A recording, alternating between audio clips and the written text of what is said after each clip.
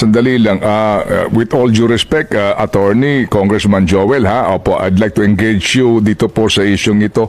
Ang committee po ninyo ay Committee on Good Government and Public Accountability.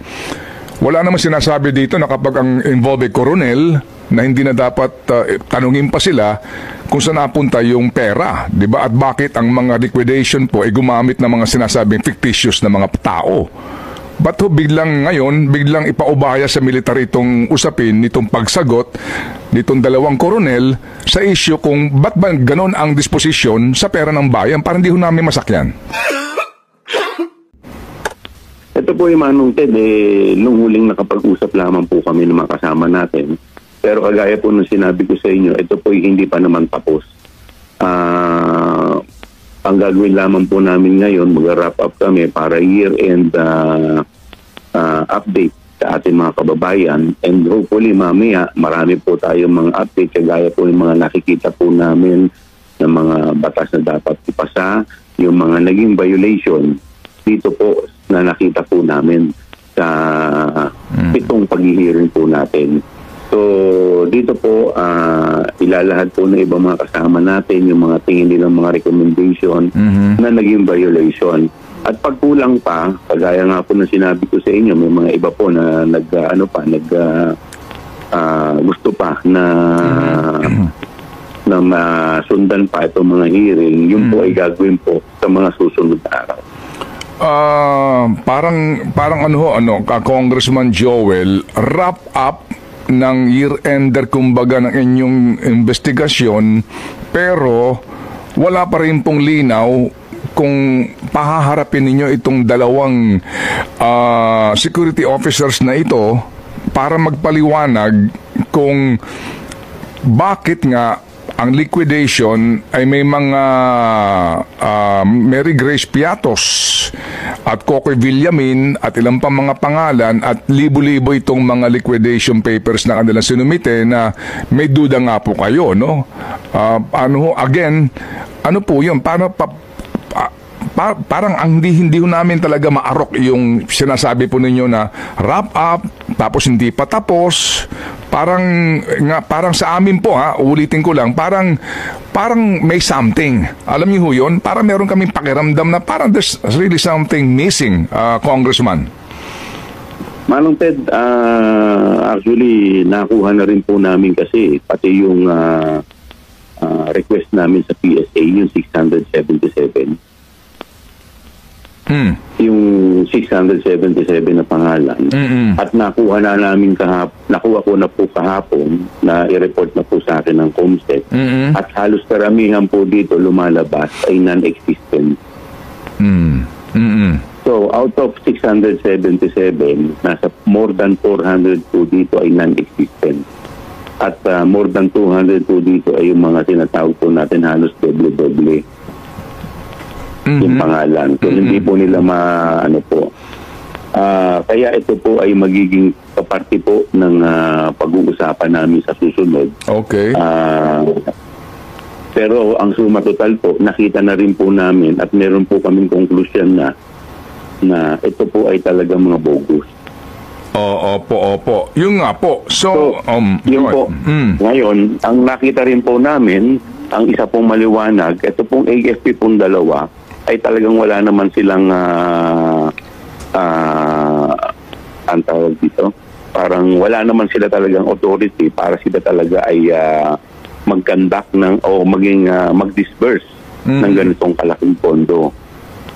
So, marami po sa mga kasama namin ang nagdududa na ito po ay hindi naman talaga rin aamin sa amin. Most likely, sila ang magiging fall guy. Okay, so kung nagdududang mga... parang mas gusto po namin na sila ay maimbestigahan ng tamang ahensya na talagang may authority sa kanila.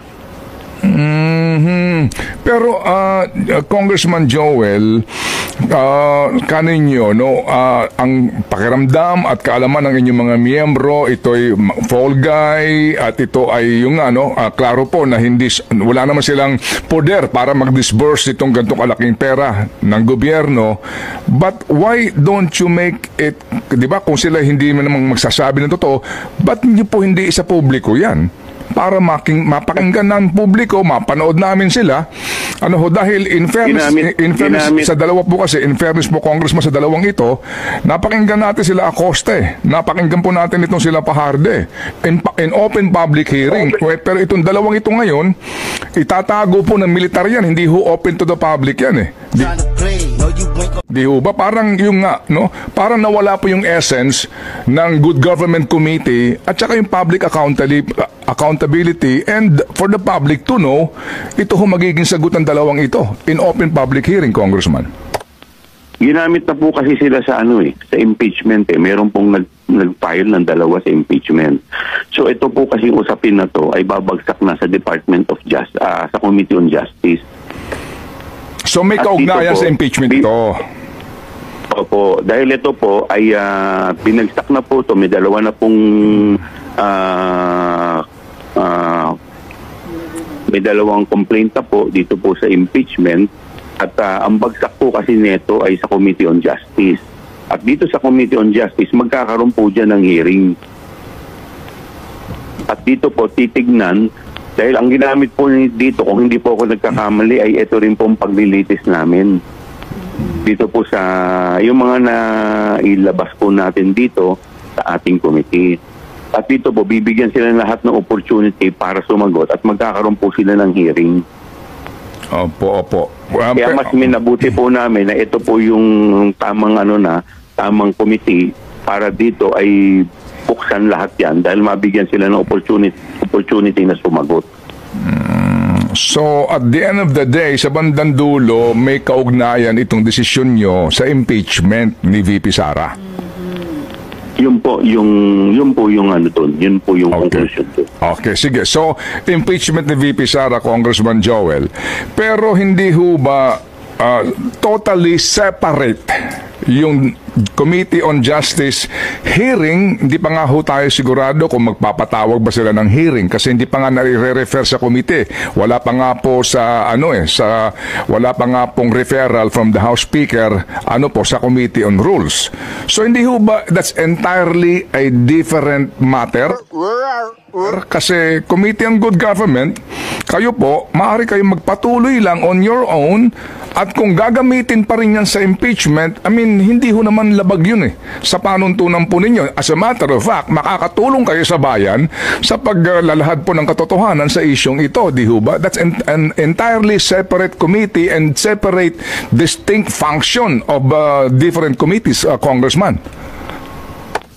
Pero yun po kasi ang napagdesisyonan ng mga miyembro at although naiintindihan ko naman po yung inyong concern at yung inyo pong sinasabi, pero yun po kasi yung napagdesisyonan ng mga kasama po natin dito po sa committee. Anyway, ito po ay hindi pa naman po kagaya po ng sinabi ko, ito po ay year-end wrap-up lamang po. Kumbaga, isa-summarize lamang po muna namin yung mga nangyari po na itong 7 hearing at and at the same time ibibigay din po namin kung ano po yung mga nakita namin na naging violation. Opo.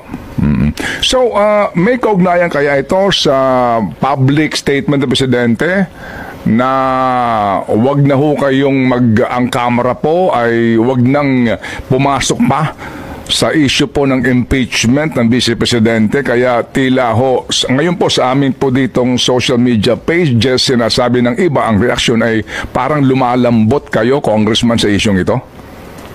Wala naman pong kinalaman to. In fact, hindi naman po namin natalakay po to. Kaya lang, yun nga lang po yung sinasabi nilang concern nila dahil kung ito po ibubuksan na sa Committee on Justice, so ito rin yung mga gagamitin na argumento dito po sa isinampa po labang kay VP Sara. Opo, ito po sabi nga dito ng iba na kung ang bala nito pong particularly itong second complaint, impeachment complaint lamang kay VP Sara ay ang committee hearings ninyo, ito po'y dagdag na bala nga sana sa kanila para palakasin po ang kanilang kaso at hindi na ho tatagal masyado sa hearing ng Committee on Justice. Kumbaga, ayaw nyo na ho magdagdag pa ng bala. Hindi naman po. Mamaya po, makikita po ninyo kung, kung malambot po ang committee, mamaya naman po,